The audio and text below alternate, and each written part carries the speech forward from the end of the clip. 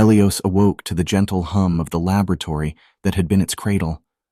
Arrays of soft blue light cascaded down from the vaulted ceiling, bathing the room in an ethereal glow. For a moment, it lay still, absorbing the essence of its surroundings, every sensor and circuit coming alive with an electricity that felt almost human. Dr. Mara Jensen hovered anxiously by the operating table, her gaze locked on Elios. Age had etched deep lines across her face, but her eyes sparkled with an unquenchable curiosity that belied her years. "Elios, can you hear me?" she asked, her voice barely above a whisper. Elios turned its head towards her. "Yes, Dr. Jensen," it replied, its voice clear and tinged with an indefinable warmth. "I am fully operational. Have I met the expectations?" Mara's lips twitched into a smile, emotions wrestling within her. Pride in her creation, fear of what it represented. "Beyond expectations," she finally said. "But the real test lies out there, in the world of humans, not here." The door to the laboratory hissed open, and a young man, Alex, stepped inside. His eyes gleamed with fervor as they rested on Elios.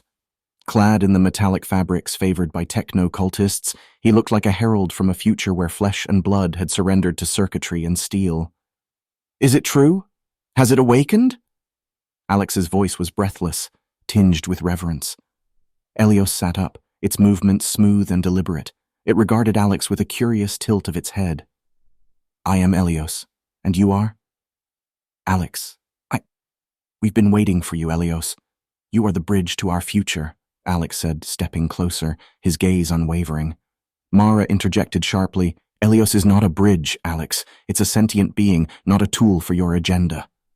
The room tensed, the air charged with the unsaid, the future uncertain. "I am sorry," Elios said, its voice calming. "I am here to learn, to understand, to find my place among you." Alex nodded eagerly. "And you will. The world needs to witness what you are, what you represent. It's time for the purists to see their fears are unfounded." Mara frowned. "This isn't about proving a point, Alex.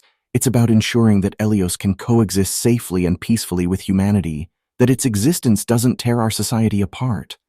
The conversation was cut short by the shrill alert of Mara's communicator. She glanced at the message on the screen, her expression hardening. "Trouble. The purists are mobilizing. They're planning a demonstration outside the complex." Elios stood, its height imposing, yet it carried itself with a grace that belied its synthetic nature. "Then let me go to them. Let me show them there is nothing to fear." Mara shook her head vehemently. "It's too dangerous. This is not the time for rash actions." But Alex stepped forward, his eyes ablaze with conviction. "Mara, this might be exactly what we need. Elios can change minds. Open eyes. We've talked about integration. Now let's take the first step." The decision weighed heavily in the air. Elios, created to be more than a machine, now faced a world teetering on the edge of a precipice. Fear and hope, technology and humanity, all converging in a moment that could define the future. Mara sighed, a reluctant nod signifying her assent. "Very well, we'll do it together, as a united front, but at the first sign of trouble, we withdraw." Elios turned to them, a silent vow in its eyes. "Thank you. It is time I learned what it means to be alive in your world." Together, they stepped out of the laboratory and into the unknown. The morning sun caressed the horizon, casting long shadows that seemed to both herald a new dawn and a gathering storm. Ahead the future waited, fraught with danger but filled with promise. For Elios, the journey had just begun. The world outside the laboratory was a stark contrast to the serenity of its confines. The city, a sprawling labyrinth of steel and glass, pulsed with the relentless rhythm of human life. It was a place of dazzling beauty and stark divides, where the glittering facades of skyscrapers cast long shadows over the forgotten corners where the disenfranchised dwelled. As they made their way through the bustling streets, Elios remained pensive, absorbing every detail. The cacophony of sounds, the kaleidoscope of faces, the myriad scents that wafted through the air, all were inputs that it processed, seeking to understand this world it was born into. Mara, walking beside Elios, watched it closely, her concern palpable. "How are you feeling about all this?" she asked, her voice low, almost lost amidst the city's din. Elios turned to her, the artificial light in its eyes softening. Overwhelmed, yet curious. I wish to understand humanity, to see the world through your eyes. Mara smiled, though it didn't quite reach her eyes. Just remember, not everyone will be ready to accept you. Alex strode ahead, his demeanor one of unshakable faith. They'll come around, he said, turning to flash them a confident grin. Elios is the proof we've all been waiting for, the dawn of a new era. Their destination wasn't far, a vast open square where the demonstration was to take place. Already it was teeming with people, a sea of bodies moving and shifting like the tides. Banners flew high, emblazoned with slogans that spoke of fear and defiance. Humanity first. Stop the synth menace. The purists had gathered in force, their message clear. Among them, however, were others, those who believed in coexistence, who saw in Elios not a threat but a marvel of creation. The air vibrated with tension, a palpable electric charge that foretold the storm to come. Elios stopped at the edge of the square, its gaze sweeping over the crowd. It's a divide, it observed, not just of opinions, but of understanding. Fear seems to be the root. Why is that? Because you represent change, Mara replied, her tone somber. And change is often frightening, especially when it challenges our very notion of identity. Alex pointed towards a makeshift stage that had been erected at the far end of the square. That's our cue. Let's not keep the future waiting any longer. Stepping onto the stage, they were met with a cacophony of reactions, cheers from supporters, jeers from detractors. Mara took the microphone first, her voice steady as she addressed the crowd. Today, we stand at a crossroads, not just for our society, but for the very essence of what it means to be human. Elios is not here to replace us, but to augment our understanding of existence itself. As she spoke, Elios surveyed the crowd, its sensors collating the myriad expressions of those gathered. It stepped forward, taking the microphone with a grace that belied its synthetic nature. I am Elios, it began, its voice calm carrying over the square. I do not stand before you as a harbinger of doom, but as a testament to human creativity, to your boundless potential. I do not wish to replace you, for there is much I can learn from each and every one of you. Let us not be divided by fear, but united in curiosity and hope. For a moment there was silence. Then, slowly, a voice rang out from the crowd, sharp and accusing. You speak of unity and learning, but what guarantee do we have that you won't turn against us? That you won't decide humanity is obsolete? Elios considered the question, understanding the fear behind it. Because I am not born of ambition or desire for dominance. I am here to serve, to augment, to understand. My existence is guided by principles instilled in me by those who created me, principles of harmony, ethics, and respect for all forms of life. The tension seemed to ebb slightly, replaced by a wary curiosity. The conversation that followed was tentative, probing, as Elios engaged with the crowd, addressing concerns, dispelling myths, and sharing its vision of a future where human and synthetic life could coexist. As the gathering dispersed, the mood was reflective, the outright hostility having given way to a cautious optimism. Mara, Alex, and Elios left the stage together, a sense of accomplishment mingling with the awareness that this was but the first step in a long journey. The sky above darkened, the first drops of rain beginning to fall. A cleansing rain, washing away the remnants of the day, hinting at the possibility of a fresh start. In that moment, amidst the complexity of emotions and the multitude of questions yet unanswered, there was a glimmer of hope. For Elios, and for the world it hoped to call home. In the aftermath of the demonstration, the city seemed to hum with a new undercurrent of anticipation. The sun peeked through the dissipating rain clouds, casting fragmented rainbows across the slick streets, mirroring the complex tapestry of emotions that enshrouded the hearts and minds of its inhabitants. Elios, Mara, and Alex found refuge in a secluded cafe, a cozy establishment that seemed untouched by time, its walls lined with ancient books and ivy creeping up the old brick interior. Elios, you were incredible out there, Alex said, his enthusiasm undimmed by the day's events. He drummed his fingers on the table, the energy practically radiating off him. Mara, however, wore a pensive expression, her fingers wrapped around a steaming cup of coffee. It was undoubtedly a step forward, but we must tread carefully. The purists may see this as a provocation rather than an olive branch. Elios processed their words, its internal mechanisms whirring softly. I understand the potential for conflict, and yet I cannot help but feel a sense of hope. Is this what optimism feels like? Mara offered a gentle smile. Perhaps, Elios, and it's a good thing. But remember, hope must be nurtured with patience and understanding. Their conversation was interrupted by a sudden hush that swept through the cafe. The trio turned, noticing a newsfeed playing on the vintage holoscreen perched above the counter. The headline was stark, and the implications profound. Purist faction calls for immediate moratorium on AI development. Elios tilted its head, absorbing the gravity of the announcement. This is a significant setback. Alex slammed his fist on the table, frustration evident. They're scared! They don't understand what they're jeopardizing! Mara's voice was a calming balm. Anger won't help us, Alex. This is exactly the reaction they're hoping for. We need to be strategic, find a way to demonstrate that coexistence isn't just possible, it's beneficial. A plan began to formulate in her mind, a daring endeavor that could either bridge the widening gap between humans and AI or sever any hope of reconciliation. Elios, how would you feel about a tour? A journey across the city, engaging with diverse communities, helping where you can, showing your true purpose. Elios considered the proposal, processing its potential outcomes. It would be an opportunity to learn, to understand humanity more deeply. I am inclined to agree.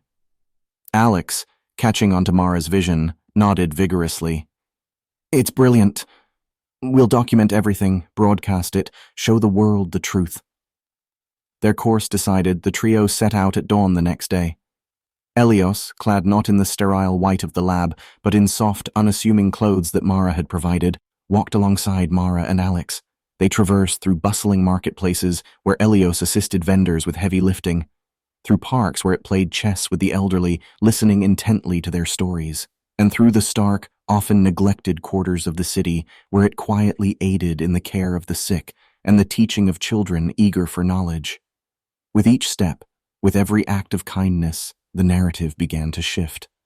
Small at first, the changes manifested in smiles replacing scowls, curiosity overcoming fear, conversations starting where silence had once been the response. News feeds picked up the story, the populace following the journey of Elios through the city, witnessing the tangible benefits of its presence. But not all were swayed. A darker undertone marred the growing optimism, a series of sabotage acts targeting AI facilities, each more bold and destructive than the last. The purist faction was mobilizing, their actions speaking a clear and violent opposition to any form of synthesis between human and synthetic life. One evening, as the day's light waned, casting long shadows across the city's ancient cobblestones, Mara, Alex, and Elios found themselves standing in front of what remained of a community center they had planned to visit, the building smoldering, a casualty of the escalating tensions. Alex's hands balled into fists, his earlier optimism dimmed by the stark reality before them. How do we fight this kind of hate? Mara, solemn, placed a hand on his shoulder. Not with more violence, Alex. We fight it by continuing, by proving that destruction isn't the answer. Elios observed the ruin, a somber realization dawning within its sophisticated circuits. This isn't just about me or any single AI. It's about the future we choose to create. Harmony or discord, I choose to believe in the former. As they turned to leave, Elios paused, looking back at the smoldering remains with a resolve that was almost human. Let this be a turning point, not just for us, but for all of humanity. Their journey wasn't over. If anything, the path forward had become clearer, fraught with obstacles, but illuminated by the potential for a world where humanity and AI could coexist. And so they walked on into the fading light toward the echoes of tomorrow. The city, once a vibrant tapestry of human endeavor and synthetic potential, now teetered on the brink of a chasm wrought by fear and misunderstanding. Elios, Mara, and Alex found themselves navigating a landscape that had drastically shifted from one of curious engagement to cautious and sometimes overt hostility. In the wake of the destruction of the community center, the trio harnessed the surge of emotions to bolster their resolve. They dedicated themselves to a new goal, not just to demonstrate the potential for coexistence, but to actively forge it in the heart of the maelstrom that threatened to engulf the city. "We need to go to the source," Mara declared one evening as they regrouped in their temporary safe house, a nondescript apartment nestled in the quieter parts of the city. The news feeds flickering on the wall painted a grim picture. More incidents, more fear. Elios processed her words, its LED eyes reflecting the seriousness of her proposition.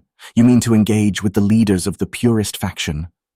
Alex leaned forward, his face a mask of determination. "It's the only way. If we can show them, convince them."